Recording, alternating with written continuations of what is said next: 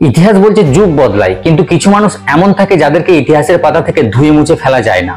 তারা এমন এক দৃষ্টান্ত যাদের জীবনের প্রতিটা অধ্যায় মানুষকে শেখায় কিভাবে আদর্শের জন্য বাঁচতে হয়, কিভাবে নেতৃত্ব দিতে হয়, কিভাবে দেশের জনগণের হেফাজত করতে হয়। আজ আমরা জানবো এমন এক মহামানবের গল্প যিনি ছিলেন সাহস, ন্যায় ও মানবিকতার এক জীবন্ত প্রতীক, ওমর ইবনুল খাত্তাব রাদিয়াল্লাহু তাআলা আনহু। কখনো কি কল্পনা করেছো যাকে একদিন ইসলামের সব থেকে বড় শত্রু বলা হতো, সেই একদিন হয়ে উঠলো ইসলামের সব থেকে বড় বিশ্বস্ত পাহারাদার? ওমর ইবনুল খাত্তাব ইসলাম গ্রহণের পূর্বে ছিলেন ঘোর ইসলাম বিরোধী এবং ইসলামের চিরশত্রু। তার ইসলাম গ্রহণ ছিল ইসলামিক ইতিহাসের পাতায় এক মোড় পরিবর্তনের মুহূর্ত। ওমর ইবনুল খাত্তাব ইসলাম ধ্বংসের উদ্দেশ্যে মক্কার রাজপথে দুই হাতে দুটো তলোয়ার নিয়ে হাঁটা শুরু করলেন। আল্লাহ পাক তখনই তার পথ পরিবর্তন করিয়ে দিলেন। পথের মধ্যেই তিনি শুনতে পেলেন তার বোন ও ভগ্নিপত ইসলাম গ্রহণ করেছে। আর সেই ঘটনায় তার মধ্যে তৈরি হয় প্রচন্ড রাগ ও ক্ষোভ এবং ছুটে তিনি তার বোনের বাড়ি চলে যান এবং সেখানে গিয়ে দেখেন তার বোন ও ভগ্নিপত কোরআনের আয়াত পাঠ করছে। আর সেই সময়ই ওমরের হৃদয় ইসলামের শীতলতার স্পর্শ পায় এবং তিনি তা থেকে পরিবর্তন হয়ে যায়। তার অন্তর শীতল হয়ে যায়, সে পরিবর্তন হয়ে যায়, সে ইসলাম গ্রহণ করে নেয়। সেই দিনই বিশ্ব ইতিহাসে তিনি নিজেকে নতুন পরিচয়ে আত্মপ্রকাশ করলেন। নামের পাশে যুক্ত হলো রাদিয়াল্লাহু তাআলা আনহু। ইসলামের প্রথম খলিফা আবু বকর রাদিয়াল্লাহু তাআলা আনহুর ইন্তেকালের পর ওমর ইবনুল খাত্তাব দ্বিতীয় খলিফা হিসেবে নিযুক্ত হন এবং তার খিলাফতে, তার শাসনকালে মুসলিম সাম্রাজ্য পায় এক নতুন গতি। তার শাসনকালে মুসলমানরা পারস্য ও বার্জেন্টাইনের মতো বড় বড় শক্তিশালী রাষ্ট্রকে পরাজিত করে এবং দখল করে।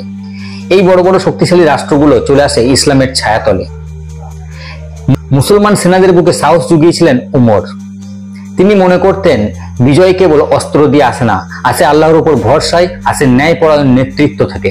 তার শাসনকালে বায়তুল মাল প্রতিষ্ঠিত হয়, সেনাবাহিনীর কাঠামো সুসংগঠিত হয়, মুসলিম রাষ্ট্র পায় ন্যায়পরায়ণ নেতৃত্ব। ওমর ইবনুল খাত্তাবের শাসন মানেই ছিল ন্যায় বিচার ও মানবিকতার এক জীবন্ত উদাহরণ। তিনি বলতেন, ফেরাত নদীর তীরে যদি একটি কুকুরও ক্ষুধায় মারা যায় তাহলে আল্লাহর কাছে তাকে জবাবদিহি করতে হবে কিয়ামতের দিন। শাসন ক্ষমতার উচ্চ শিখরে বসে থাকার সত্ত্বেও রাতের আঁধারে তিনি ঘুরে বেড়াতেন শহরের অলিগলি। কোথাও কেউ না খেয়ে থাকলে নিজ কাঁধে খাবারের বস্তা চাপিয়ে তিনি পৌঁছে দিতেন তার বাড়ি।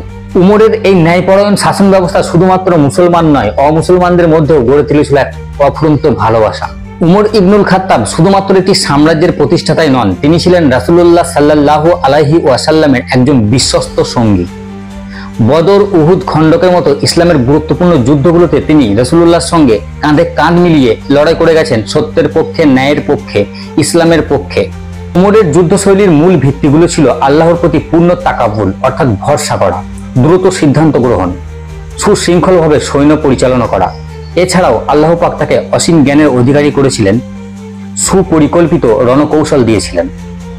কেবলমাত্র আল্লাহর সন্তুষ্টির জন্য, ন্যায় প্রতিষ্ঠা করার জন্য, সত্যের জন্য তিনি যুদ্ধ করেছেন।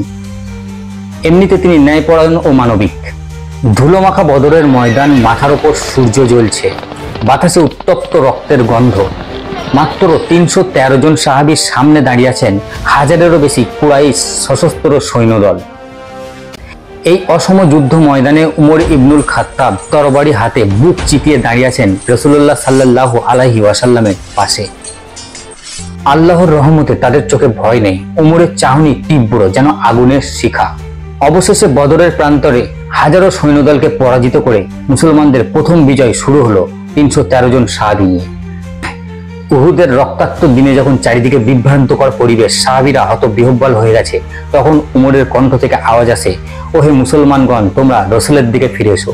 এবং তিনি রসুলের পাশে এসে ঢাল হয়ে দাঁড়িয়ে যান। এইভাবে রাসূলুল্লাহর সঙ্গে সঙ্গ দিয়ে তিনি বহু ইসলামিক যুদ্ধ জয়লাভ করেছিলেন। তারপর দ্বিতীয় খলিফা নিযুক্ত হওয়ার পর তখন তার খিলাফত ছড়িয়ে পড়ে আশেপাশের মধ্যপ্রাচ্যের বিভিন্ন সাম্রাজ্যে। উমর ইবনুল খাত্তাবের জীবন শুধুমাত্র ইতিহাসের গল্প নয়, এটি জীবন্ত পাঠশালা। তিনি আমাদের শেখান, শক্তি কেবল অস্ত্রে নয়, ন্যায়বোধে, নেতৃত্ব কেবল পদবিতে নয়, কাজের মাধ্যমে, এবং সাহস কেবল যুদ্ধক্ষেত্রে নয়, সত্যের পক্ষে। আজকের সমাজে এই চরিত্রগুলোই আমাদের খুব বেশি দরকার। তার জীবন আমাদের মনে করিয়ে দেয় ন্যায় ও সত্যের পথ কখনোই সহজ ছিল না, কিন্তু এই ন্যায় ও সত্যের পথই হলো আসল মুক্তির পথ।